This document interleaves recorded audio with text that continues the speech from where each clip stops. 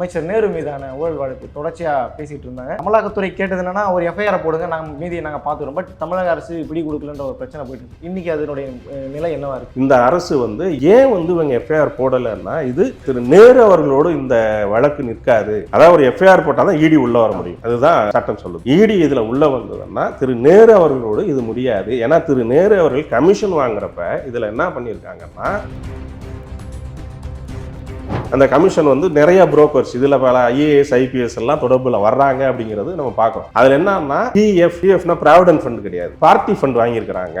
Party ஃபண்ட்னா யாருக்கு போகுது? நேரு அவருக்கு வாங்கல, 7.5% 10% கமிஷனாக பார்ட்டி ஃபண்டுன்னு சொல்லிட்டு வாங்கியிருக்கிறாங்க அப்படிங்கிறது அந்த வாட்ஸ்அப் சாட்லயே தெரிய வருது.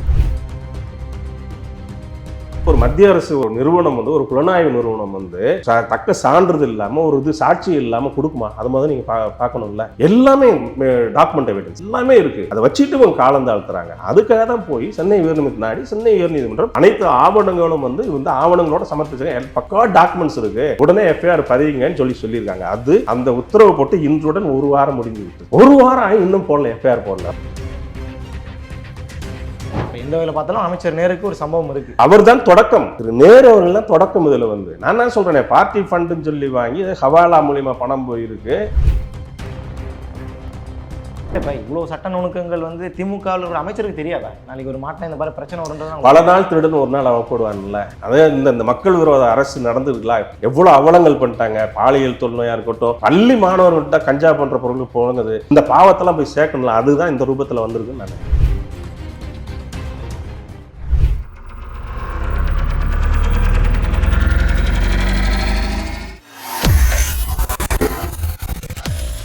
வேலை வேண்டுமா? ப்ளூ ஓஷன் இருக்கிறது.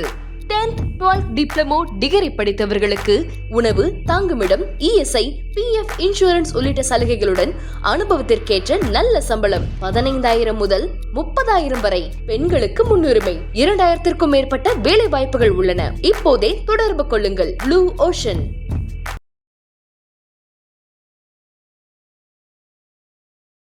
அமைச்சர் நேரு மீதான ஊழல் வழக்கு தொடர்ச்சியாக பேசிட்டு இருந்தாங்க. அமலாக்கத்துறை கேட்டது என்னன்னா ஒரு எஃப்ஐஆர் போடுங்க, நாங்கள் மீதியை நாங்கள் பார்த்துக்கிறோம். பட் தமிழக அரசு பிடி கொடுக்கலன்ற ஒரு பிரச்சனை போயிட்டு இருக்கு. இன்னைக்கு அதனுடைய நிலை என்னவா இருக்கு? அதாவது இது கிட்டத்தட்ட 3.5 மாதங்களுக்கு முன்பே அமலாக்கத்துறை திரு நேரு சம்பந்தப்பட்ட உறவினர்களிடத்துல வேறொரு வழக்குக்காக அவங்க ரைடு போறப்ப இது சம்பந்தமான இந்த ஊழல் சம்பந்தமான டாக்குமெண்ட்ஸ் எல்லாம் கிடைச்சிருக்கு.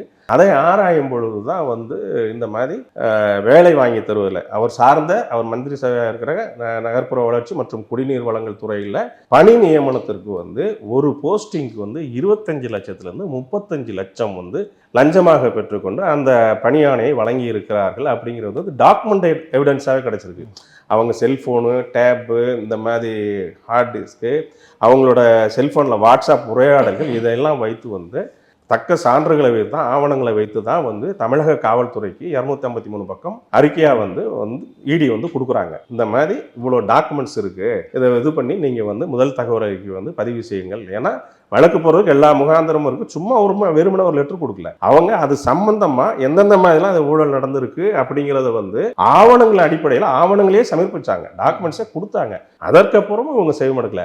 அதுக்கப்புறம் 2வது ஒரு கடிதம் கொடுக்குறாங்க. அதில் என்னன்னா அதே துறையில் கான்ட்ராக்ட் கொடுப்பாங்க இல்லைங்களா, அதுக்கு எவ்வளோ கமிஷன் வாங்கியிருக்கிறாங்க அப்படிங்கிறது. இது பணி நியமனம் பார்த்தீங்கன்னா 888 கோடி ஊழல். கான்ட்ராக்ட் கொடுத்த வரைக்கும் பார்த்தீங்கன்னா கமிஷன் வாங்கினதுல பார்த்தீங்கன்னா 1020 கோடி ஊழல். இது 2வது லெட்டர் கொடுக்குறாங்க.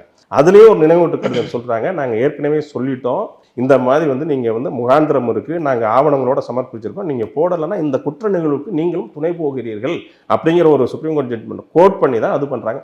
அதுக்கும் தமிழக காவல்துறை செவிமடுக்கவில்லை. 3வது ஒரு நினைவூட்டுக்கூட அதில் என்னன்னா டிரான்ஸ்ஃபர் அந்த டிபார்ட்மெண்ட் போகிறோம், அதுலேயும் ஒரு 350 கோடிக்கு நெருக்க இது பண்ணியிருக்காங்க. இந்த மாதிரி தொடர்ந்து 3 கடிதங்கள் போட்டோம். இந்த அரசு ஏன்னா இது ஏன் இவங்க எஃப்ஐஆர் போடலைன்னா இது திரு நேரு அவர்களோடு இந்த வழக்கு நிற்காது. இடி இதில் உள்ள வந்துச்சுன்னா, அதாவது ஒரு எஃப்ஐஆர் போட்டால் தான் இடி உள்ள வர முடியும். அதுதான் இது சட்டம் சொல்லுது. இடி இதில் உள்ள வந்ததுன்னா திரு நேரு அவர்களோடு இது முடியாது. ஏன்னா திரு நேரு அவர்கள் கமிஷன் வாங்குறப்ப இதில் என்ன பண்ணியிருக்காங்கன்னா அந்த கமிஷன் நிறைய புரோக்கர்ஸ் இதுல பல ஐஏஎஸ் ஐபிஎஸ் எல்லாம் தொடர்புல வர்றாங்க அப்படிங்கிறது நம்ம பார்க்கணும். அதுல என்னன்னா பிஎஃப்னா ப்ராவிடன்ட் ஃபண்ட் கிடையாது, பார்ட்டி ஃபண்ட் வாங்கியிருக்கிறாங்க.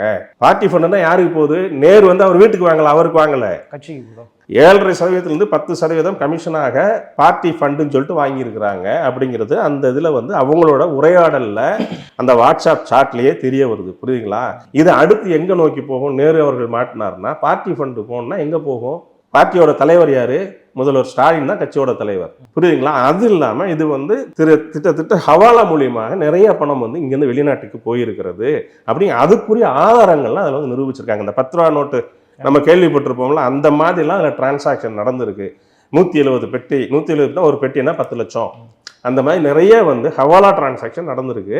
பார்ட்டி ஃபண்டு வாங்கியிருக்கிறாங்க. இதுக்கு ஒரு சின்ன எடுத்துக்காட்டு நான் என்ன சொல்ல வரேன்னா, இதே மாதிரி தான் டெல்லியில் ஆம் ஆத்மி வந்து ஆட்சியில் இருக்கும்பொழுது திரு மணீஷ் சிசோடியா அவர்கள் துணை முதல்வராக இருந்தார் இல்லைங்களா? அங்கே அந்த மதுபான ஊழல் நடந்தது, அந்த கொள்கை ஊழல் வந்து அதில் அந்த துறை சார்ந்த இவர் தான் மணீஷ் சிசோடியா, மந்திரி, துணை முதல்வராக இருந்தார். அவர் இந்த மாதிரி தான் அந்த இதில் பண்ணுறப்ப பார்ட்டி ஃபண்டுன்னு வாங்குறார்.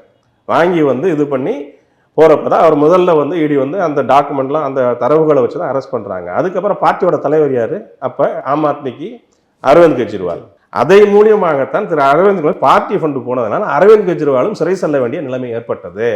அந்த மாதிரி ஒரு நிலைமை இங்கே வந்துவிடும் அப்படிங்கிறதுக்காக தான் இவர்கள் வந்து இது பூசி மொழியை கொண்டிருக்கிறார்கள். இந்த காலகட்டத்தில் தான் வந்து இவர்கள் எதுவுமே பதிய மாட்டார்கள் அப்படின்னு சொல்லிட்டு தான் அனைத்து இந்திய அண்ணா திராவிட முன்னேற்ற வழக்கறிஞரணி செயலாளர் மரியாதைக்குரிய அண்ணன் நாடாளுமன்ற உறுப்பினர் ஐஎஸ் இன்பதுரை அவர்கள் வந்து சென்னை உயர்நீதிமன்றத்தில் வந்து இந்த மாதிரி வந்து இடி இத்தனை கடிதங்கள் போட்டும் வந்து அரசு வந்து இன்று முதல் தகவல் அறிக்கை பதியவில்லை அப்படின்னு சொல்லிட்டு நாங்கள் ஒரு வழக்கு தாக்கல் பண்ணுறோம், எங்கள் கட்சியிலேருந்து தாக்கல் பண்ணுறோம். அந்த வழக்கை ஏற்றுக்கொண்ட தலைமை நீதிபதி அமர்வு வந்து இந்த மாதிரி என்ன பண்ணிட்டு கவர்மெண்ட் என்ன சொல்கிறாங்க, நாங்கள் ஆரம்பகட்ட விசாரணையில் இருக்கிறோம் அப்படின்னு சொல்கிறாங்க. இதில் ஆரம்பகட்ட விசாரணைக்கு அவசியமே கிடையாது. ஏன்னா அமலாக்கத்துறை வந்து இது எந்த மாதிரியான ஊழல் நடந்திருக்கு, எந்த மாதிரியான முறைகேடுகள் நடந்திருக்கிறதுங்கிறதுக்கு தக்க ஆவணங்களுடன் தான் வந்து அவங்க வந்து கொடுத்துருக்காங்க. கொடுத்துட்டாங்கன்னா உடனே போடணும்னு அவசியம் இருக்கா? அதாவது பிரிலிமினரி என்கொயரிங்கிறப்ப ஒரு குற்றச்சாட்டு வர்றப்ப வந்து அந்த குற்றச்சாட்டு உண்மையா பொய்யா அப்படின்னு சொல்லிட்டு நீங்க வந்து ஆரம்பகட்ட விசாரணை நடத்துறதுல ஒரு நியாயம் இருக்கிறது. இவெல்லாம் எல்லா டாக்குமெண்ட்டுமே கொடுத்துட்டாங்கல்ல. இப்ப எல்லாம் வெரிஃபை பண்ணணும்ல, அதுக்கு பண்ண தேவையில்லையா?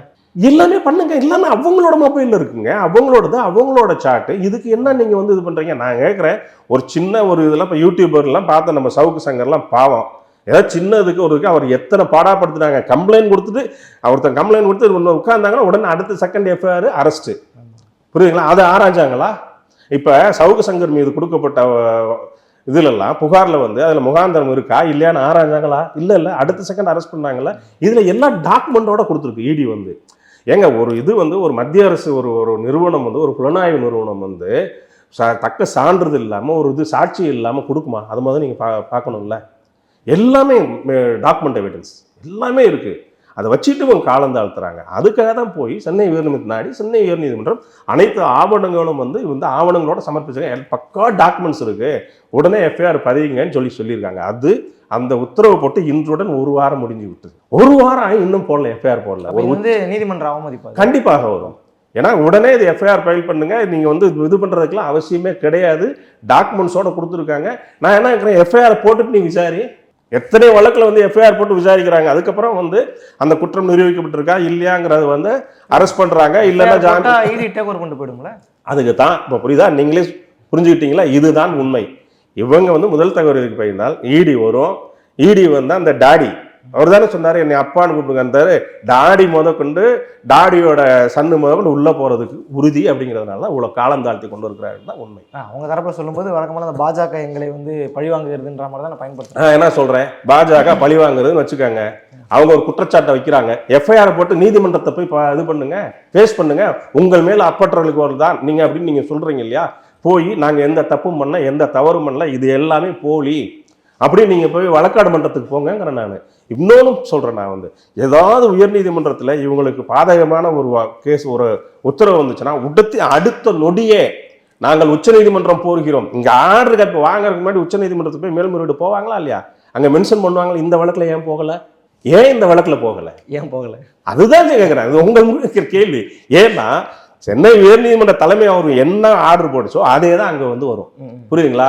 மேல்முறையீடு போனால் மேல்முறையீடு தள்ளுபடி செய்யப்படும் அப்படிங்கிறத உண்மையா? அப்ப உச்ச நீதிமன்றமும் தள்ளுபடி பண்ணிடுச்சுன்னா இவங்களுக்கு வேற என்ன ஆப்ஷன்? அதனால நீதிமன்ற உத்தரவே மதிக்காமல் இந்த மாதிரி காலம் தாழ்த்துவது தான் இந்த விடியாத அரசு. ஏன்னா இவங்களுக்கு வந்து இப்ப விடியாம போக போகுது, புரியுங்களா? இந்த திமுக ஒரு விடியாத காலம் வந்து வரப்போகிறது அப்படிங்கிறது தான் உண்மை.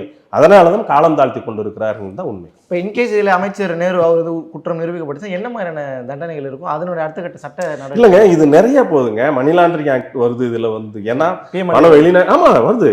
ஏன்னா வெளிநாடுக்கெல்லாம் பணம் ஹவாலா மூலியமா போயிருக்கு. இதுல பார்ட்டி ஃபண்ட் இருக்கு, இதோட நெட்வொர்க் நிறைய அதிகாரிகள் இதுல மாட்டுறாங்க. உயர்மட்டத்தில் ஐஏஎஸ் ஐபிஎஸ் அவங்க பேர்லாம் இருக்குங்கிறாங்க. அதனால இதோட விசாரணை வந்து மிக பரவலா போகுங்கிறதா உண்மை. சென்சேஷனலா இருக்கும். ஏன்னா இது பார்ட்டி வரைக்கும், திராவிட முன்னேற்ற கழகம் தலைமை வரைக்கும் இது வந்து இந்த விசாரணை வந்து பாயும் அப்படிங்கிறதா உண்மை. இப்போ இது வந்து திமுக ஏன்னா இப்போ ஆட்சி முடிய போகிற தருணத்தில் சரி கொஞ்ச நாள் தள்ளி போடலான்ற மாதிரி பிளான் பண்ணுறேன். அந்த மாதிரி பண்ண முடியுமா? ஃபர்ஸ்ட் ஆஃப் ஆல் இப்போ நீதிமன்ற அவமதிப்புகளுக்கு வந்து இப்போ வந்து இது திமுகவின் தலைவரோ இல்லை முதல்வர் ஸ்டாலினோ வந்து கோர்ட் வந்து கேட்க போகிறது கிடையாது, புரியுங்களா? லஞ்ச ஒழிப்புத்துறை டைரக்டர் இருக்கார் இல்லைங்களா, அந்த ஐபிஎஸ் ஆஃபீஸர் தான் பதில் சொல்லணும். அவர் தான் நீதிமன்றத்துக்கு பதில் சொல்ல வேண்டிய நபர் அவர் தான். எவ்வளவு நாள் காலம் தாழ்த்த முடியும்? இப்ப திருப்பரங்குன்றம் வழக்கிலேயே பார்த்தோம். அது வந்து அந்த கலெக்டர், கமிஷனர், எஸ்பி இவங்கெல்லாம் வந்து கடைசியில போய் என்ன பண்ணாங்க, அங்க வந்து வரவும் நீதிமன்றம் போய் நிபந்தனையற்ற மன்னிப்பு கேட்டாங்கல்ல, புரியுங்களா? இங்க அதெல்லாம் பண்ண முடியாது. என்ன எஃப்ஐஆர் போட்டு வரா ஜாம்பாங்க, புரியுங்களா? அந்த சம்பந்தப்பட்ட அதிகாரி கோர்ட்டுக்கு வரணும், நீதிமன்றத்தில் எஃப்ஐஆர் போட்டு வரா ஜாம்பாங்க. இதுதான் நடக்குது. அப்ப எந்த வகையில் பார்த்தாலும் அமைச்சர் நேருக்கு ஒரு சம்பவம் இருக்கு. அவர் தான் தொடக்கம். நேரு அவர்கள் தான் தொடக்கம். இதுல வந்து நான் என்ன சொல்றேன், பார்ட்டி ஃபண்டுன்னு சொல்லி வாங்கி ஹவாலா மூலியமா பணம் போயிருக்கு. இந்த மாதிரி முறைகேடாக வாங்கிய ஒரு பணம் வந்து நீங்க வந்து ஒரு பார்ட்டி வந்து அது டொனேஷன் போச்சுன்னா முறைகேடையா வாங்கிய பணத்தை வந்து நீங்க இது பண்ணீங்கன்னா உங்களுக்கு மேலே அஃபென்ஸா இல்லையா அப்படிங்கிறதா உண்மைதானே?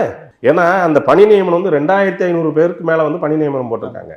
அந்த லஞ்சம் அவங்களும் வந்து விசாரணைக்கு உட்படுத்தப்படுவார்கள், புரியுதுங்களா? அதனால இந்த விசாரணை வந்து ஒரு பெரிய லெவல்ல வந்து போகுங்கிறதா உண்மை. இல்லப்பா இவ்வளவு சட்ட நுணுக்கங்கள் வந்து திமுக ஒரு அமைச்சருக்கு தெரியாதா? நாளைக்கு ஒரு மாட்டினா இந்த மாதிரி பிரச்சனை வரும்ன்றது பல நாள் திருடன் ஒரு நாள் அவப்படுவான்ல. அதே இந்த மக்கள் விரோத அரசு நடந்துருக்கலாம். எவ்வளோ அவலங்கள் பண்ணிட்டாங்க. பாலியல் தொல்லையாக இருக்கட்டும், பள்ளி மாணவர்கள்ட்ட கஞ்சா போன்ற பொருட்கள் போனது, இந்த பாவத்தெல்லாம் போய் சேர்க்கணும். அதுதான் இந்த ரூபத்தில் வந்திருக்குன்னு நான் நினைக்கிறேன். சரி, இந்த வழக்கு இவருடைய போக்கு எப்படி போகுதுன்னு பார்த்து நம்ம அடுத்த முறை இன்னும் டீட்டெயிலாக நம்ம பேசுவோம். பல்வேறு செய்திகளை பகிர்ந்து நமக்கு ரொம்ப நன்றி. நன்றி.